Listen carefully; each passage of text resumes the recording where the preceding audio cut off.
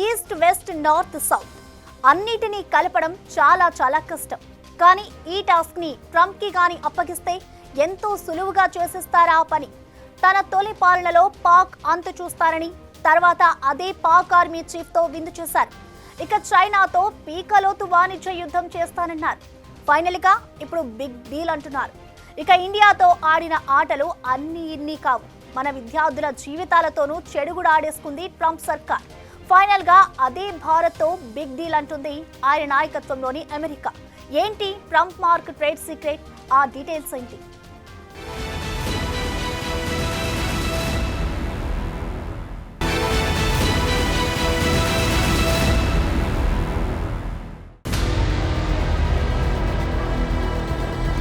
పాకిస్తాన్ను దగ్గరకు చేర్చుకోవటం అంటే భారత్తో చెలిమికి కటీఫ్ చెప్పటమే. ఇది ఏ చిన్న పిల్లన్ని అడిగినా చెప్పేస్తారు. కానీ ట్రంప్ విషయంలో అలాంటి ఈక్వేషన్స్ ఏవి పనిచేయవు. అటూ ఇటూ రెండింటిని కలిపి కొట్టేస్తారు ట్రంప్.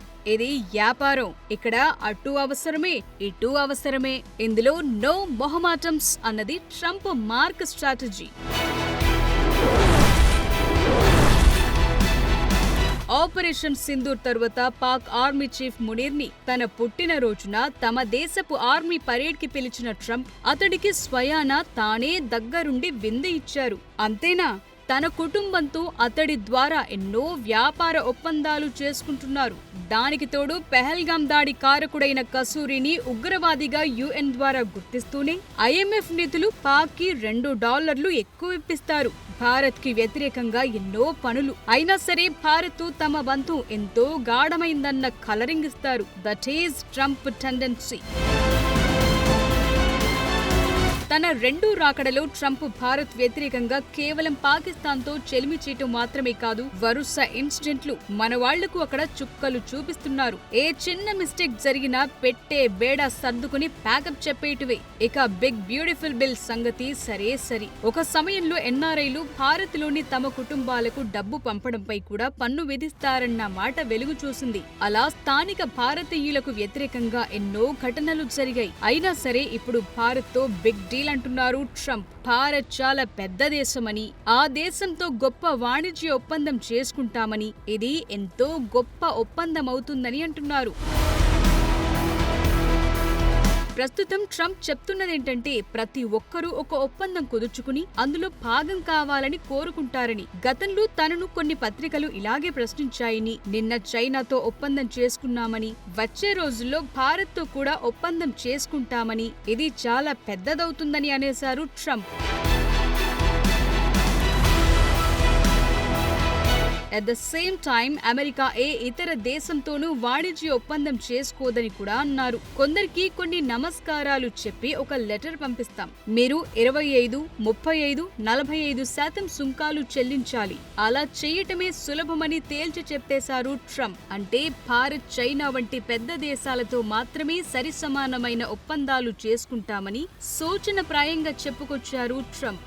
మరి చైనాతో చేసుకున్న డీల్ ఏంటని చూస్తే గత కొంతకాలంగా చైనా US కి వాణిజ్య యుద్ధం జరుగుతోంది. దీంతో చైనా అరుదైన ఖనిజాల సరఫరా నిలిపేసింది. ఈ దిశగా చైనాతో ఒప్పందం చేసుకోవాల్సి వచ్చింది. ఇదే బిగ్ డీల్ అనుకుంటే భారత్తో మరింత పెద్ద ఒప్పందం చేసుకునే దిశగా అడుగులు వేస్తున్నట్టు తెలుస్తోంది. భారత్, అమెరికా మధ్య మెగా వాణిజ్య ఒప్పందానికి సంబంధించి 4 రోజుల పాటు చర్చలు జరిగాయి. పారిశ్రామికంతో పాటు వ్యవసాయ ఉత్పత్తుల అంశంలో వీరి చర్చలు సాగించారు. మార్కెట్ యాక్సెస్, సుంకాల కోతలు, ఒప్పందాల్లో ఎదురు కానున్న అడ్డంకులపై చర్చలు సాగించినట్టు తెలుస్తోంది.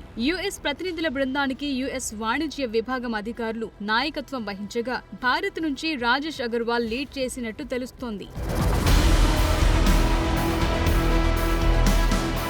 మొత్తంగా చూస్తే ఈ ద్వైపాక్షిక ఒప్పందాన్ని మరింత ముందుకు తీసుకెళ్లేలా తెలుస్తోంది. ప్రస్తుతం ఉన్న 190 బిలియన్ల నుంచి 2030 నాటికి 500 బిలియన్లకు తీసుకెళ్లటమే లక్ష్యంగా పెట్టుకున్నట్టు తెలుస్తోంది.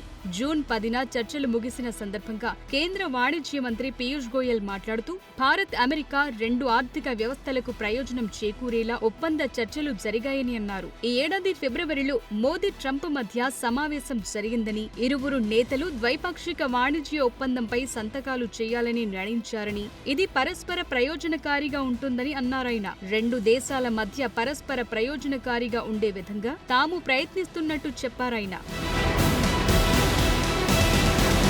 ఈ నెల ప్రారంభంలో అమెరికా వాణిజ్య కార్యదర్శి లుట్నిక్ సైతం భారత్ అమెరికా మధ్య వాణిజ్య ఒప్పందం త్వరలో ఖరారు కావచ్చని అన్నారు. రెండు దేశాలు తమ ప్రయోజనాలకు తగిన కామన్ గ్రౌండ్ ని కనుగొంటామని కూడా అన్నారు. బిగ్ బ్యూటిఫుల్ బిల్ కార్యక్రమంలో ప్రసంగించిన ట్రంప్ ఇప్పటికే చైనాతో వాణిజ్య ఒప్పందంపై సంతకం చేశామని అన్నారు. ఒప్పంద వివరాలను పూర్తిగా వెల్లడించకుండా చైనా నుంచి అమెరికాకు అరుదైన ఖనిజాల రవాణా వేగవంతం చేయడంపై ఈ ఒప్పందం దృష్టి సారించినట్టుగా చెప్తున్నారు వైట్ హౌస్ ప్రతినిధులు. జెనీవా ఒప్పందాన్ని అమలు చేయడానికి ఇరుపక్షాలు అంగీకరించినట్టు కూడా తెలుస్తోంది.